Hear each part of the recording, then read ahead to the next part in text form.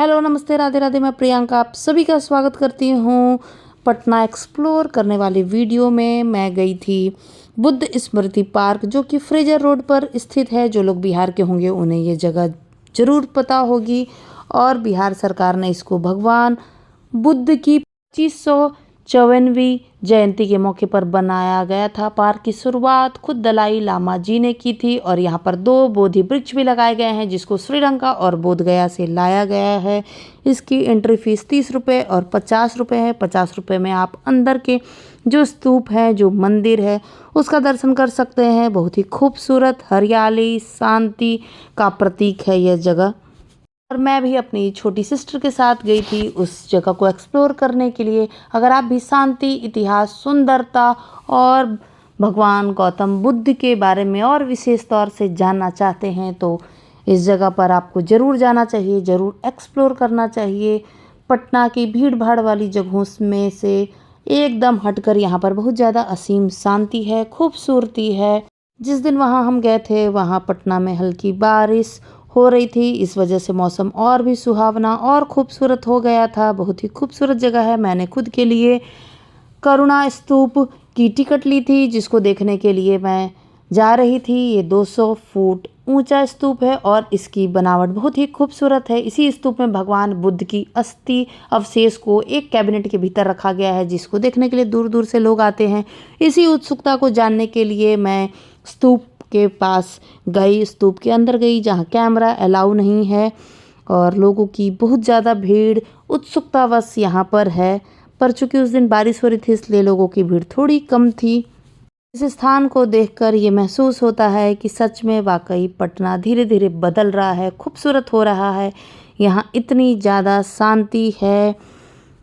करुणा स्तूप के भीतर जाकर आप असीम शांति का अनुभव करेंगे, जहाँ पर बहुत ही सॉफ्ट साउंड में कोई मेडिटेशन की आवाज़ गूंजते रहती है, जिसको आप आंख बंद करके एकाग्रता के साथ सुन सकते हैं।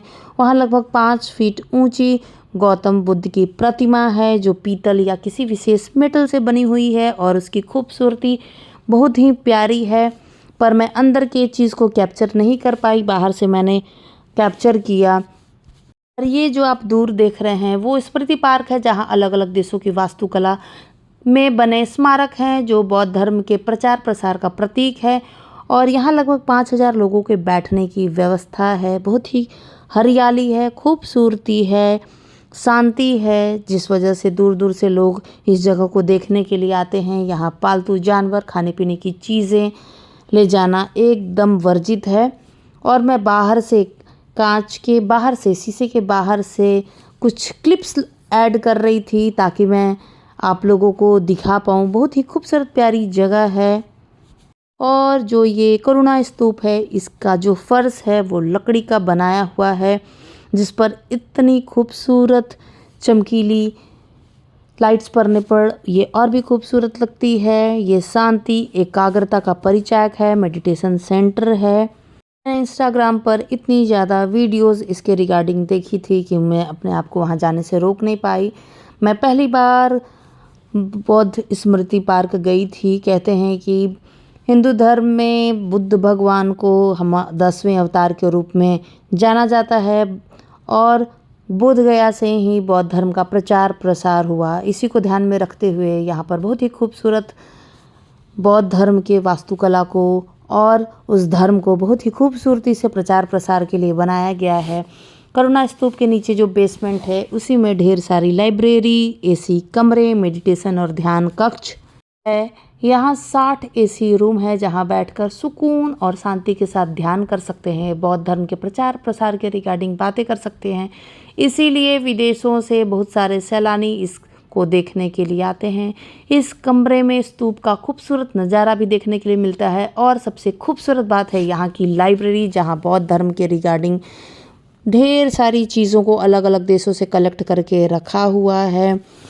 थोड़ी देर, आधा घंटा 45 मिनट रुकने के बाद मैं भी वहाँ से बाहर आ गई। बाहर आने पर पेड़ पौधे की जो हरियाली है वो उस प्रांगण को, उस जगह को और भी ज़्यादा खूबसूरत बनाती है। बहुत दूर दूर पटना की ऊंची ऊंची इमारतें भी नज़र आती है, जो पटना के विकास को दर्शाती है। साथ ही ये करुणा स्तूप और बौद्ध धर्म का ये स्तूप शांति को भी दर्शाता है। तो कितना खूबसूरत और प्यारा जगह है।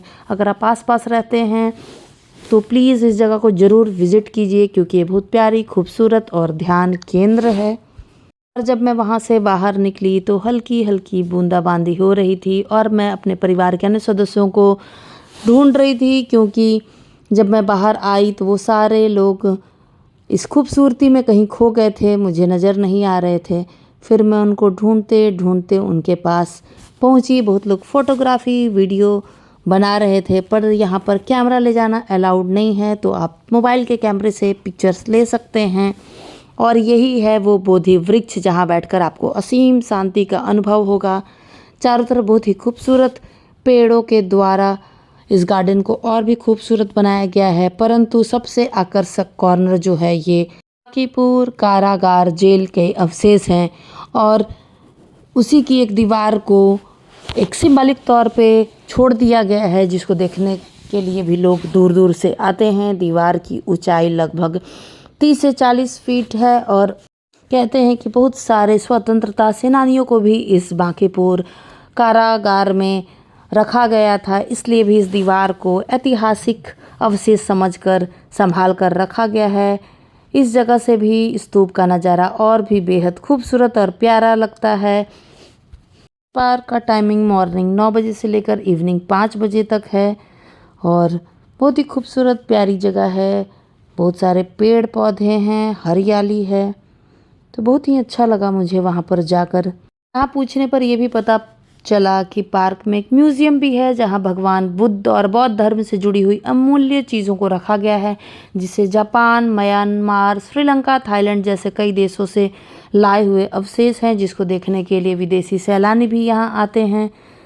और मैं अपनी सिस्टर के साथ कुछ फ़ोटोज़ ले रही थी, वीडियो बना रही थी, चूँकि उस दिन हरियाली बहुत ज़्यादा लग रही थी, बारिश का मौसम, हल्की बूंदाबांदी इस जगह को, इस माहौल को और भी खूबसूरत बना रहा था। जब अपनों का साथ हो, खूबसूरत जगह हो, तो वो पल और भी मेमोरेबल बन जाता है। चलो इसमें जो अच्छा होगा डलाएगा। इनका इंफॉर्मेशन गूगल से निकालना पड़ेगा। जनरली जहाँ लिखा रहता वहाँ हम फ़ोटो ले लेते हैं, इसलिए हम वॉइस ओवर करते हैं। तो गुड इवनिंग, मैं आई हूँ गुड इवनिंग, मैं आई हूँ बुद्धा स्मृति पार्क अपनी सिस्टर के साथ। पटना में रहते हैं, उनको पता होगा कहाँ पे है। Please like, subscribe and share my channel, the bell icon.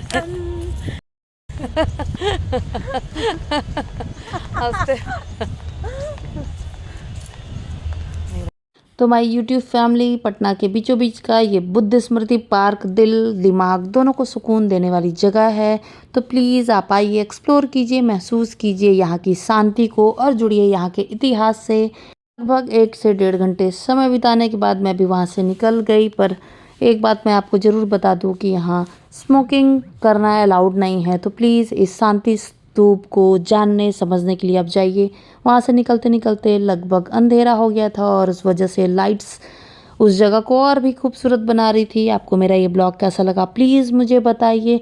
मिलती हूँ अपने खूबसूरत और एक इंटरेस्टिंग वीडियो के साथ, तब तक take care, bye bye, Radhe Radhe. मैं कुछ फ़ोटोज़ और वीडियोज़ के क्लिप्स लगा दे रही हूँ, उसको देखिए, एंजॉय कीजिए। और आपको मेरा पटना एक्सप्लोर करने का ये वीडियोस का सीरीज़ कैसा लग रहा है ये भी मुझे बताइए। मिलती हूँ अपने एक और खूबसूरत वीडियो में, जिसमें मैं मरीन ड्राइव को एक्सप्लोर किया है, उस जगह को मैं दिखाऊंगी। और इस वीडियोस पर आप प्लीज़ अपने सुझाव और कमेंट्स ज़रूर दीजिए, ताकि मुझे पता चले कि आप किस जगह से मेरे वीडियोस को देख रहे हैं और मेरे वीडियो बनाने में कुछ भी कमी है तो अपना प्यारा कमेंट दीजिए मुझे। मिलती हूँ फिर, टेक केयर, बाय बाय।